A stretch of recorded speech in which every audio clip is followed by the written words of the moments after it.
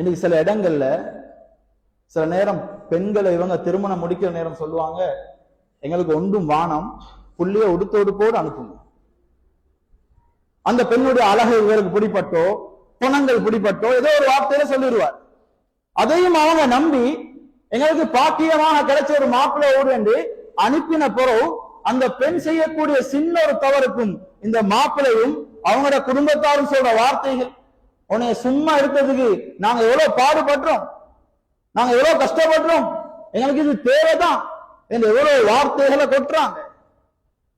அன்பான சகோதரர்களே, நபியோட ஒரு மனைவி சஃபியா ரலியல்லாஹு அன்ஹா, அடிமை பெண், எந்த ஒன்றுமே இல்லாம நபி அவங்கள்ட்ட வாரான்.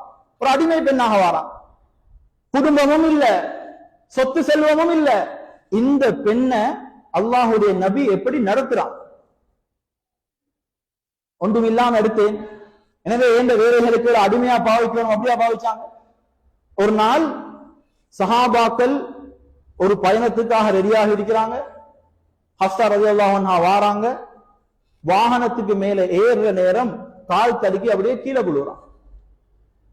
வாகனத்துல ஏறி பழக்கம் இல்லை. இவனுக்கு சரியான கவலை, அதாவது அழுக ஆரம்பிக்கிறான். நபி ஸல்லல்லாஹு அலைஹி வஸல்லம் கிட்ட போய் அவங்கள ஷேப் பண்ணி, சரி சஹாபாக்களை பார்த்து சொன்னாங்க, இல்ல இல்ல இன்னைக்கு பயணம் போறல. எப்படி உதாரணம், பெரிய ஒரு பயணம் போக இருக்குது. மனைவிக்கு அன்னைக்கு அப்செட் ஆகின்றதுனால, அவங்களுக்கு போறதுக்கு அன்னைக்கு மனசு சரியில்லைன்றதுனால எல்லாருக்கும் சொன்னாங்க, இன்னைக்கு பிரயாணம் கேன்சல், இன்னைக்கு நாங்க பிரயாணம் போறோம். இன்னைக்கு எத்தனையோ இடங்கள்ல கணவன்மார் வேற யாரையோ திருப்தி பண்ணணும், அவங்கள முக்கியத்துவம் கொடுத்து மனைவியை கஷ்டப்படுத்தக்கூடிய கேவலப்படுத்தக்கூடிய நிறைய பேர் இருக்கிறாங்க. அடுத்த நாள் பிரயாணம் போக வேணும், மனைவி வாரா, சஹாபாக்கள் பாக்குறாங்க, நேத்து விழுந்தாங்க, இன்றைக்கு என்ன செய்வாங்களோ தெரியா. ஒரு சஹாபிய கூப்பிட்டு, ஏன மனைவி ஏறணும், ஒரு 2 கல்ல கொண்டு வாங்கண்டா 10 சஹாபாக்கள் ஓடிப்பான். நபிவாங்க என்ன செஞ்சான்? பெரிய ஒரு உதாரணம். அந்த ஒட்டகத்துக்கு முன்னால வந்து தன்னுடைய ஒரு காலை குத்தி வச்சு சொன்னாங்க, சஃபியா ஏன காலுக்கு மேல காலை வச்சு நீங்க ஒட்டகத்துல ஏறு. யாரு ஏறு? உலகத்துடைய தலைவர் இவர் எச்சி துப்பினா அதை பொறக்கிறதுக்கு எத்தனையோ சஹாபாக்கள். இவனோட கண்ணியம் என்ன? இவங்களோட வேர்வைய அத்தராக பாவிச்ச சஹாபாக்கள். இவர் மனைவிக்கு சொல்றாரு, ஏந்த காலுக்கு மேல நீங்க ஏறி நீங்க வாகனத்துல. இன்னைக்கு மனைவிக்கு சின்னோடு வேலையை செய்யறத கணவன் மனைவிக்கு உடுப்பு கழுவி கொடுத்தார். அவட செருப்பை தூக்கி ஏதோ ஒரு தேவைக்காக வச்சா. இத மாப்போட உமாவும் அப்பாவும் பார்த்துதான், அடே இதுக்காக அவனை முடிச்சு கொடுக்கும், செருப்பை தூக்குறியடா, உடுப்ப கழுவுறியடா, உன்னை இந்த வேலையை செய்ய வச்சுட்டாவேடா என்று எந்த அளவுக்கு பெற்றோர் நொந்து கொள்றான். இவருடைய சைத்தானும் அதுக்கு போக வேலை செய்ய ஆரம்பிக்கிறான்.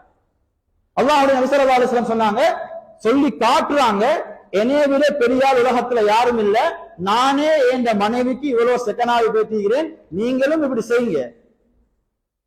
அந்த இடத்துல மனைவிக்கு பணிஞ்சு போறதால இவருடைய அந்தஸ்து குறைய போறது இல்லை, அல்லாஹ் கிட்ட இவருடைய அந்தஸ்து கூடிக்கொண்டுதான் இருக்கு.